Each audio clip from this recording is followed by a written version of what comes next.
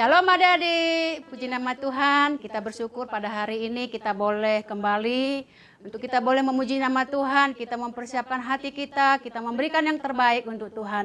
Sebelum kita memuji Tuhan, kita akan berdoa. Terima kasih Bapa dalam surga, kami bersyukur Tuhan pada hari ini di mana Tuhan masih beri kesempatan untuk kami boleh memuji, memuliakan nama Tuhan. Kiranya Tuhan Yesus kau pimpin Tuhan ibadah sekolah minggu dari awal pertengahan sampai selesai Bapa. Urapi kami Tuhan yang akan melayani Engkau dan juga anak-anak sekolah minggu yang online di rumah Tuhan juga urapi mereka semua Tuhan. Terima kasih Bapa, kami serahkan ibadah sekolah minggu pada hari ini ke dalam tangan kasih-Mu di dalam nama Tuhan Yesus. Haleluya, amin. Puji nama Tuhan, kita mau memuji nama Tuhan, berikan yang terbaik untuk Tuhan. Hari ini harinya Tuhan. Hari ini harinya Tuhan, harinya Tuhan. Mari kita bersukaria, bersukaria. Hari ini harinya Tuhan, mari kita bersukaria. Hari ini harinya Tuhan. Hari ini harinya Tuhan, harinya Tuhan. Mari kita bersukaria, bersukaria. Hari ini harinya Tuhan, mari kita bersukaria. Hari ini harinya Tuhan. Hari Senin, hari Selasa, harinya Tuhan, harinya Tuhan. Hari Rabu, hari Kamis, harinya Tuhan, harinya Tuhan. Hari Jumat, harinya Tuhan. Hari Sabtu, harinya Tuhan. Hari Minggu, semua harinya Tuhan. Puji nama Tuhan, semuanya hari itu untuk nama Tuhan. Puji Tuhan, kita akan lebih lagi betapa senang kita memuji nama Tuhan. Oh, betapa senang.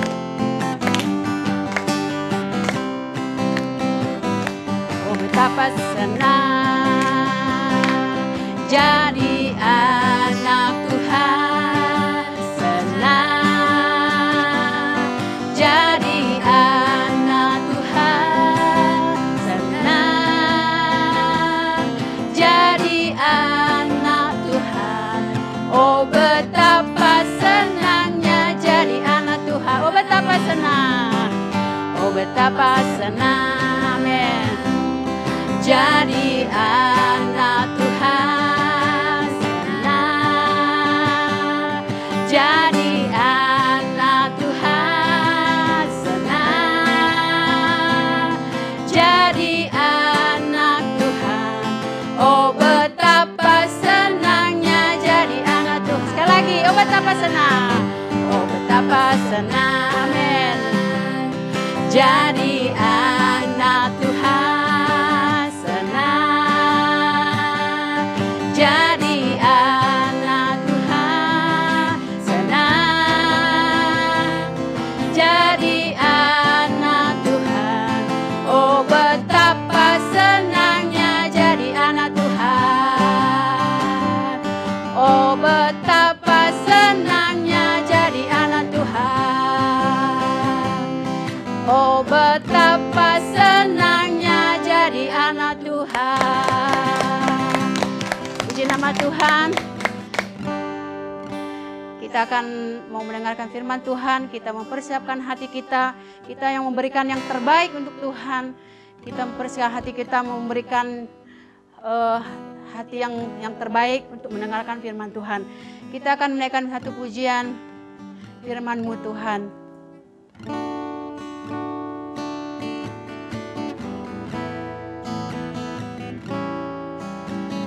Firman Tuhan ku dengar, ku tanam di hatiku, ku ingin bertumbuh subur dan berbuah lebat. Yesus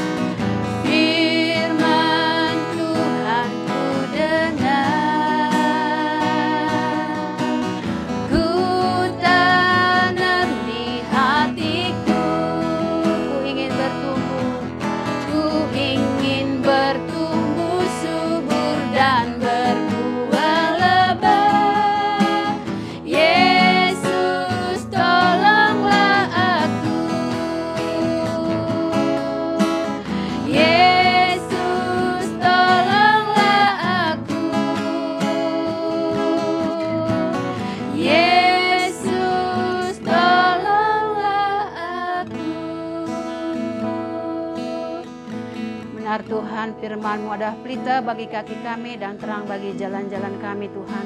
Kalau kami sudah memuji Tuhan, menyembah Tuhan, biarlah setiap pujian kami boleh berkenan dan menyenangkan hati Tuhan. Tuhan memberkati setiap anak-anak walaupun di rumah ibadah secara online Tuhan. Kau urapi mereka Tuhan, mereka boleh memberikan yang terbaik bagi Tuhan, mendengarkan firman-Mu Tuhan. Terima kasih Bapa. Terima kasih Tuhan Yesus, kalau sebentar kami mempersiapkan hati kami untuk mendengarkan firman Tuhan, biarlah Engkau urapi kami, guru kami akan mengajar kami juga, Engkau urapi Tuhan Yesus. Terima kasih, kami bersyukur kami akan mendengarkan firman-Mu hanya di dalam nama Tuhan Yesus. Haleluya, amin. Shalom adik-adik, apa kabarnya? Wah, tadi kita udah memuji dan memuliakan nama Tuhan ya adik-adik ya. Kakak percaya kita semua memuji dan memuliakan nama Tuhan dengan sepenuh hati kita ya adik-adik ya. Nah, untuk minggu ini kakak akan membawakan sebuah firman yang adik-adik nanti bisa baca sendiri ya adik-adik ya di Lukas 16 ayat 19 sampai 31. Nah, tema untuk minggu ini adalah hidup ini adalah kesempatan. Nah, adik-adik ya, kita bisa lihat di Lukas 16 itu judulnya adalah Orang Kaya dan Lazarus yang Miskin. Nah, seperti apa ceritanya adik-adik? Nah, langsung aja kita lihat ya di gambar yang pertama. Nah, kita bisa lihat di gambar yang pertama adik-adik, ada seorang yang kaya banget nih kelihatannya adik-adik ya. Ada seorang bapak-bapak yang dia sepertinya sedang mengadakan pesta ya adik-adik ya di gambar ini ya. Dia pakai baju ungu, dia pakai jubah warna merah, dia bisa minum anggur dan pasti banyak makanannya adik-adik ya.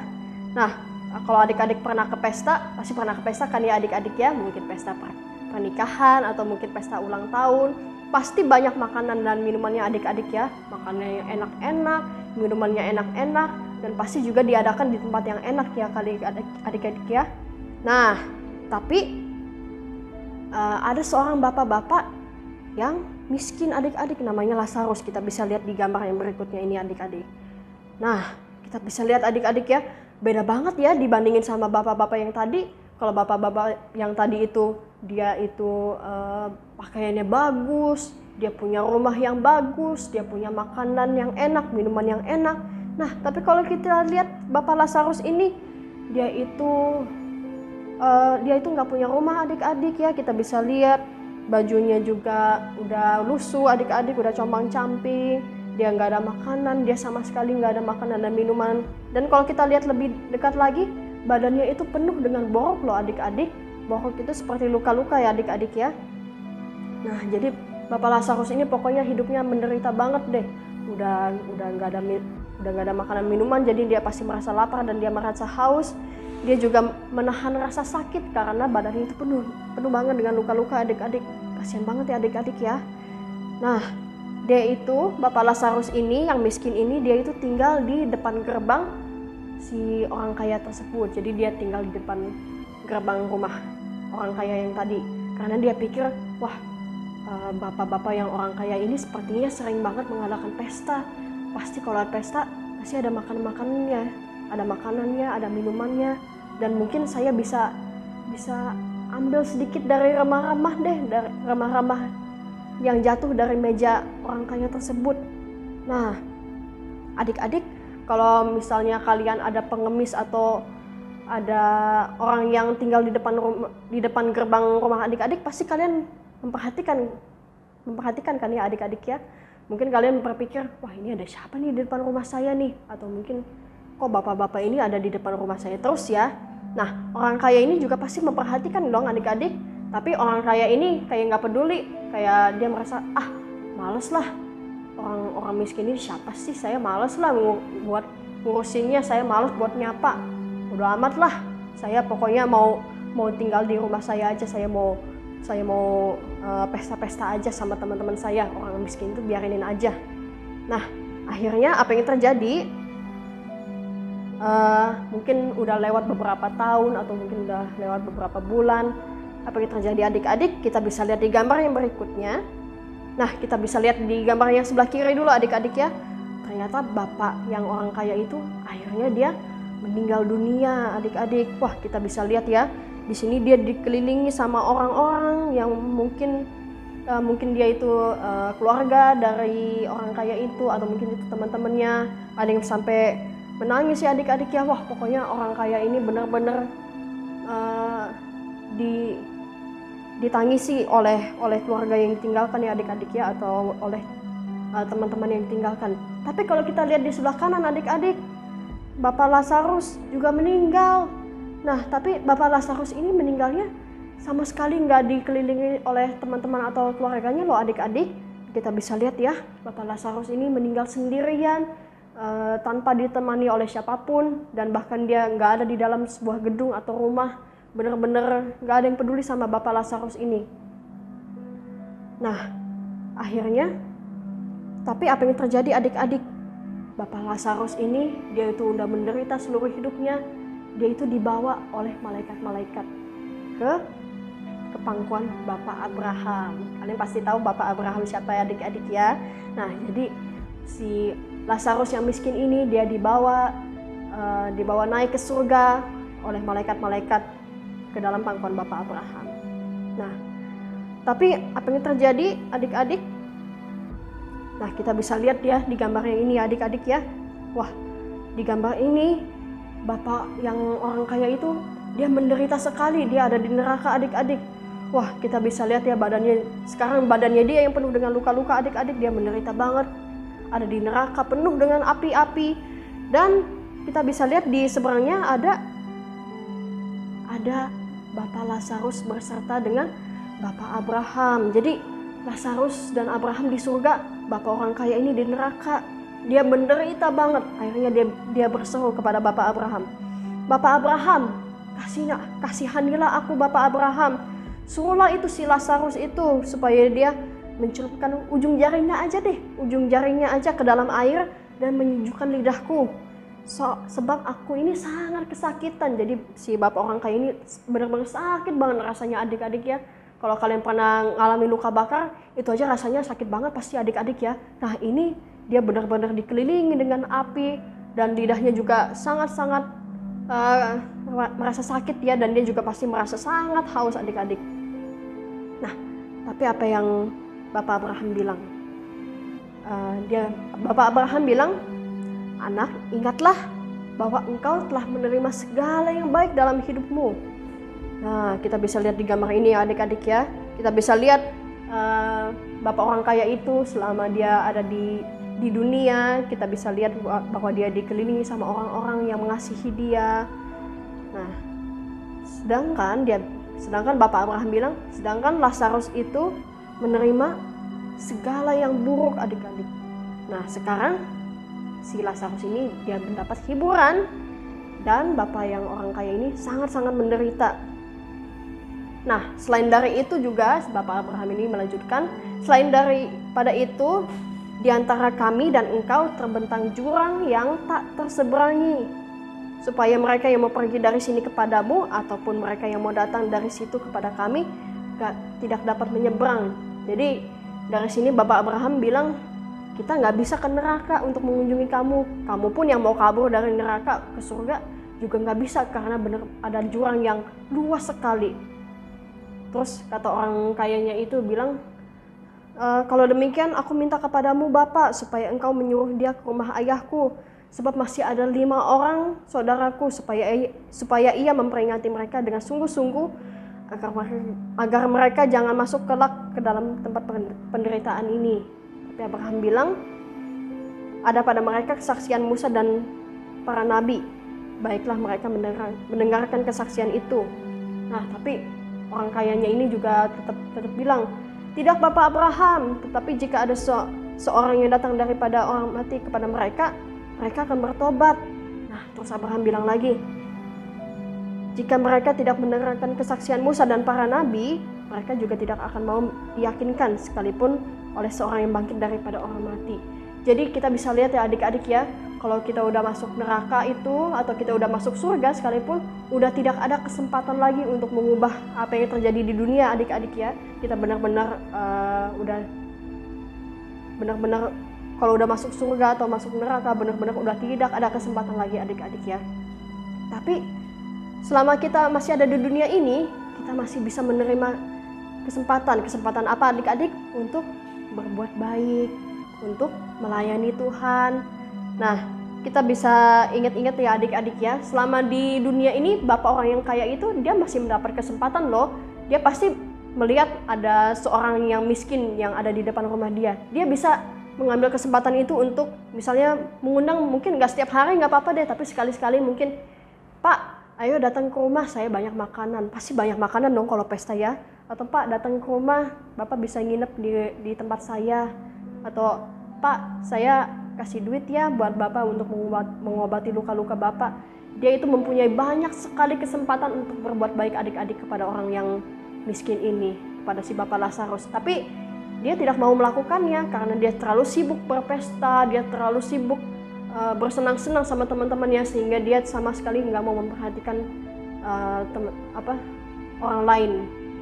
Padahal Tuhan Yesus bilang di Alkitab ya adik-adik ya, barang siapa yang terbesar di antara engkau, hendaklah ia mau melayani. Hendaklah siapa yang paling kecil di antara engkau, pasti akan dinaikkan ya adik-adik ya. Nah, jadi kita bisa lihat di sini, kita bisa ingat-ingat bahwa selama kita masih hidup, kita masih ada kesempatan adik-adik, kesempatan untuk berbuat baik, kesempatan untuk kalau misalnya adik-adik merasa kalian masih kurang, gak apa-apa adik-adik, kita masih ada kesempatan untuk kita bisa bertobat, kita bisa berbuat baik untuk orang lain, dan kita juga bisa melayani Tuhan dengan segenap hati. Oke adik-adik ya. Nah, sekarang kakak mau kita buka di Galatia 6 ayat 10. Nah, kita buka ya adik-adik ya. Ini akan jadi ayat hafalan adik-adik ya. Galatia 6 ayat 10. Karena itu, selama masih ada kesempatan bagi kita, marilah kita berbuat baik kepada semua orang, tetapi terutama kepada kawan-kawan kita seiman. Oke adik-adik, ini dihafalin, tapi jangan cuma dihafalin ya adik-adik ya. Kita harus benar-benar melakukan apa yang firman Tuhan bilang. Karena kita kalau mendengarkan dan melakukan firman Tuhan, kita juga mentaati Tuhan. Dan Tuhan pasti senang banget kalau kita taat kepada Dia. Oke adik-adik ya. Nah, sekian sudah firman Tuhan untuk minggu ini. Yuk adik-adik, yuk kita mau berdoa sama-sama sama Tuhan ya. Tuhan Yesus, terima kasih Tuhan untuk firman-Mu pada hari ini ya Tuhan Yesus. Terima kasih Tuhan, Engkau sudah mengingatkan kepada kami Tuhan, agar kami bisa selalu berbuat baik Tuhan kepada orang-orang di sekeliling kami ya Tuhan, terutama kepada teman-teman seiman kami ya Tuhan, dan juga kepada orang-orang yang membutuhkan bantuan kami ya Tuhan. Bantu kami Tuhan agar kami bisa selalu melihat keadaan sekeliling kami ya Tuhan, agar kami bisa selalu melaksanakan firman-Mu ya Tuhan, agar kami bisa selalu mentaati kehendak-Mu dalam kehidupan kami ya Tuhan. Terima kasih ya Tuhan Yesus, berikan kami semua kesehatan yang daripada-Mu ya Tuhan, berikan keluarga kami kesehatan juga Tuhan, berikan kami sukacita, agar kami bisa selalu melayani Engkau dengan sepenuh hati kami, dengan hati yang penuh dengan ucapan syukur dan juga sukacita ya Tuhan. Terima kasih ya Tuhan Yesus, kami mau menyerahkan semuanya ke dalam tangan-Mu. Di dalam nama Tuhan Yesus kami berdoa. Haleluya, amin. Tuhan Yesus memberkati adik-adik.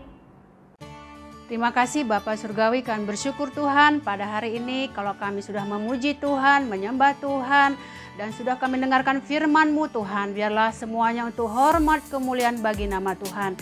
Tuhan Yesus, kami mau berdoa buat setiap anak-anak kami yang di rumah Tuhan, ibadah online Tuhan, Tuhan memberkati setiap anak-anak kami Tuhan. Biarlah Tuhan berikan kekuatan, kesehatan daripada Tuhan, berikan hikmat pada mereka Tuhan, mereka boleh belajar dengan baik secara online Tuhan. Berikan kepintaran bagi setiap anak-anak kami baik yang di rumah Tuhan. Terima kasih Bapa, terima kasih Tuhan Yesus. Kami berkati juga Tuhan buat setiap orang tua, anak-anak kami di rumah Tuhan. Berikan kesehatan, kekuatan, penghiburan daripada Tuhan. Terima kasih Bapa. Kami akhiri Tuhan ibadah sekolah minggu pada hari ini dengan penuh ucapan syukur di dalam nama Tuhan Yesus. Haleluya. Amin. Tuhan memberkati.